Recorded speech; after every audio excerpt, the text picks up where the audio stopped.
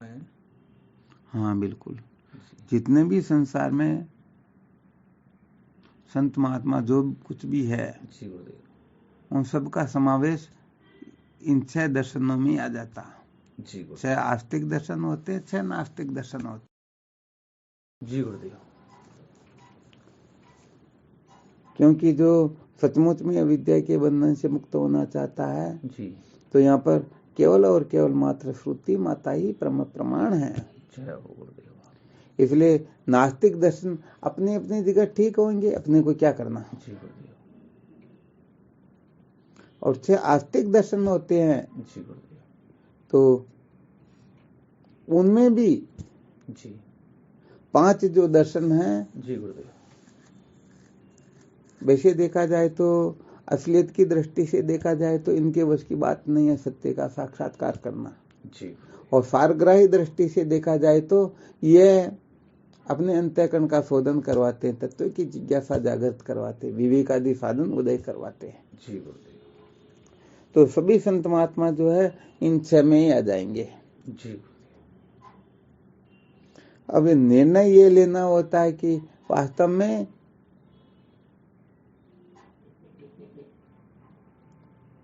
सचमुच में समस्त बंधनों से मुक्त हुए महापुरुष कौन है। जी गुरुदेव, तो 5 शास्त्रों में आग्रह रखने वाला कोई क्यों न हो, जी गुरुदेव, वो अज्ञानी ही होगा।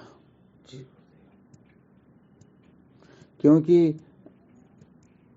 अंश मात्र ज्ञान भी पूरी सृष्टि को जला सकता है, अंश मात्र अग्नि जला सकते, ऐसे अंश मात्र ज्ञान भी पुनः जन्म मृत्यु की श्रृंखला में भटका सकता है। तो यहाँ पर 5 शास्त्रों में आग्रह रखने का मतलब इस संसार को सत्य समझ करके फिर इस संसार के बंधन से छूटने की चाहना करना, या श्रुति सम्मत जो सिद्धांत है उसे सिद्धांत को श्रुति युक्ति अनुभूति से नहीं समझना। तो जिनको परमार्थ सत्य का बोध होता है वह महापुरुष ही सचमुच में मुक्त है और वही दूसरों को मुक्त कर सकते। तो यहाँ समझना ये होता है कि ये 5 शास्त्रों में जो विनिवेश वाले हैं जी गुरुदेव, ये कौन है कौन नहीं, बस ये समझ यदि आ जाए तो साधक बहुत बड़े गड़बड़ घोटाले से बच जाता है। क्योंकि यहाँ पर जिनको अविद्या के बंधन से मुक्त होना है वो अविद्या को पुष्ट करने वालों का संग कर लेंगे तो बताओ अविद्या के बंधन से छुटकारा मिलेगा क्या? कभी नहीं मिल सकता, कभी नहीं मिल सकता है। इसलिए जिनको जैसी वस्तु चाहिए उनको वैसा ही संग करना होगा। इसलिए यहाँ पर 5 शास्त्रों में जो बताया जाता है उनका उन जिज्ञासुओं के लिए कोई महत्व नहीं होता। क्यों नहीं होता है? क्योंकि उनका जो फल उनको प्राप्त है। वो 5 शास्त्र जहाँ आग्रह करवाते वो वहां पर अटकता नहीं है, समझ जाता है कि ये जीवन का सार नहीं है, इसी से हम कृतार्थ नहीं हो सकते हैं, हमें और ऊपर उठना होगा। इस दृष्टि से फिर वो न अटक करके फिर ब्रह्म विचार की ओर प्रवृत्त हो जाता है। तो साधकों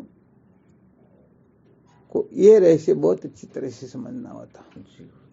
अब क्या होता है कि ठीक है ऐसी कोई बात तो है नहीं, ये व्यवहारिक दृष्टि से देखा जाए या भावुकता की दृष्टि से देखा जाए तो कभी सभी संत महापुरुष सब एक है, सब एक जैसे है, परंतु यहाँ बड़ा गड़बड़ घोटाला हो जाता है। क्योंकि शास्त्र जब 6 आस्तिक दर्शन है तो उनमें से ये किसको महत्व देकर बैठे हुए हैं? ये वास्तव में वेदांत को ही महत्व देते हैं या वेदांत के साथ साथ और किसी को भी महत्व देते हैं? तो यहाँ पर ये जो चयन किया जाता है यहाँ पर बड़ा फिर अपवाद का बल चाहिए। हाँ यहाँ पर वास्तव में विवेक चाहिए। अब विवेक नहीं हो तो फिर काम बनने वाला। हाँ सब एक कहा भाई ये कहे तो गावा फिर यार भाई ये सब संत एक है, परंतु यहाँ ऐसा नहीं होता। मनक मनक सब एक सा जाने मूड गमारे, पामर पशु समान है भजनी पुरुष अवतार। तो यहाँ पर तो जो वेदांत को महत्व नहीं देता, जिनकी भेद में आस्था है, तो संसार को सत्य प्रिय आदि समझते हैं, वो तो कितने भी बड़े विद्वान क्यों ना हो फिर भी त्याज्य हो जाते हैं। जो जीव ब्रह्म के तत्व को स्वीकार नहीं करते हैं, जो नाम रूप कुल गोत्र वर्ण आश्रम में अटके हुए हैं, जो वेद को ही पुष्ट करते हैं, वेद को पुष्ट करने वाली चर्चाएं सुनते सुनाते और जीवन का लक्ष्य वही बना रखा है, तो ऐसे ना समझ तो वास्तव में संत कहलाने के योग्य होते ही नहीं होते। जय हो। हाँ, परंतु होता क्या है कि ये तो एक प्रकार से राजनीति होती है वोटों की। जी गुरुदेव। जिनके पक्ष में वोट ज्यादा हो, वो चाहे बेईमान भी हो, फिर भी वो चयन कर लिया जाता है। तो यहाँ पर बहुमत का राज या तत्व साक्षात्कार बहुमत से नहीं होता। हाँ, यदि ऐसा कहे तो 5000 बेडे मिल करके क्या शेर को परास्त कर सकती है? नहीं कर सकती। उनके सामने टिक सकती है क्या? नहीं टिक सकती। इसलिए इनका कोई औचित्य नहीं होता है। तो फूटी आंख विवेक की, सूझ पड़े नहीं संत, हाथी घोड़ा पाल की, सोई कहावे महंत। तो यहाँ पर ये गड़बड़ घोटाला 1% भी नहीं चलता है।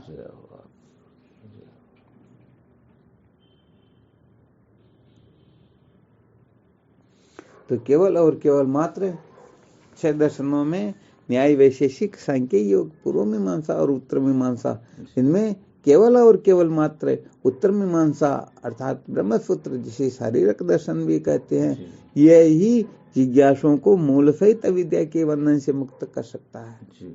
और इनको महत्व देने वाले ही सचमुच में महापुरुष होते हैं, अथवा इनके सिवाय किसी को महत्व नहीं देने वाले महापुरुष होते हैं। हाँ, महत्व नहीं देने का मतलब इनका तिरस्कार करेंगे ऐसी बात भी नहीं है।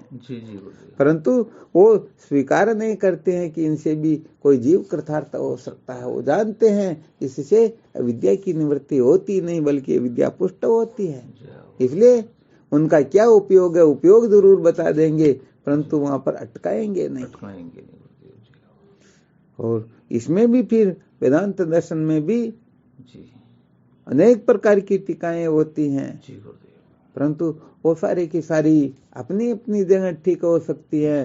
परंतु भगवान शंकराचार्य जी महाराज ने जो भाष्य लिखा, जो टीका की है, बस वही पूर्ण रूप से प्रमाण्य है, वही आदरणीय है, और वही सचमुच में जिज्ञासु को कृतार्थ कर सकती है। ये बाकी सब भटकाने वाली हो जाती है, क्योंकि श्रुति माता को महत्व दे करके ही जो निर्णय लिया जाता है वो कभी भी इधर उधर करने वाला नहीं होता।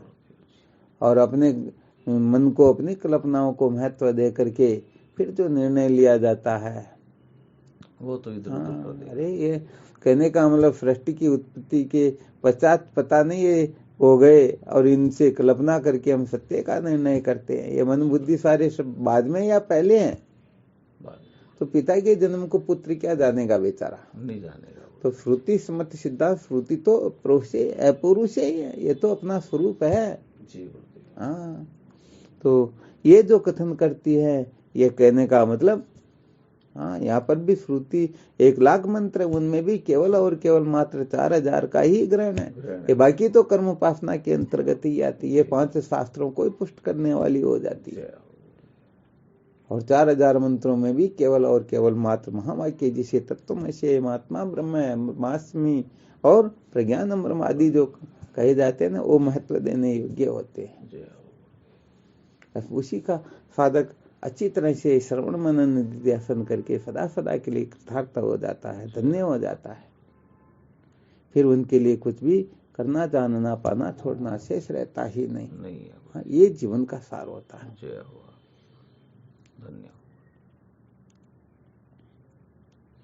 इसलिए ये पहले विवेक की आवश्यकता होती है। क्या करे क्या न करे, उनके अंतर्गत ही किनका संग करे, किनका संग न करे, किसको महत्व दे, किसको न दे। हाँ, ये सारी बातें बड़ी विलक्षण होती है।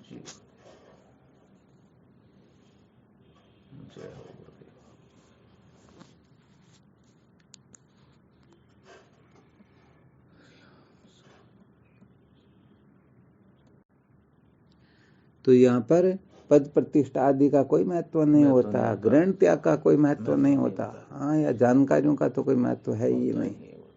पद प्रतिष्ठा हो, अनात्म पदार्थ, किसी का कोई महत्व नहीं। यहाँ पर ऐसा समझो कि समस्त सृष्टि का त्याग करने वाला भी ज्ञानी हो सकता है। ठीक है।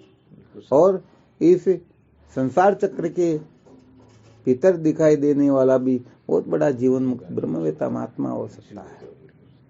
इसलिए यहाँ पर किसी का कोई महत्व नहीं होता है। यहाँ पर महत्व होता है तो केवल और केवल मात्र सिद्धांत का होता है। सिद्धांत ही यहाँ पर सम्यक प्रकाश से आदरणीय है। तो कुल मिलाकर के जो सचमुच में अज्ञान के बंधन से छुटकारा दिलवा दे वही तो परम प्रमाण हुआ करता, वही होगा, बिल्कुल सत्य होगा।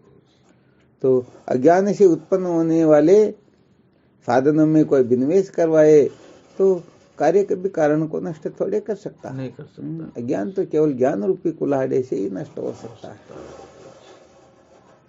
ज्ञान के सिवाय कोई भी साधन किसी भी प्रकार का क्यों न हो वो मुक्त कर सकता ही नहीं, कभी कभी भी नहीं। जी, ये विशेष बात है। धन्यवाद।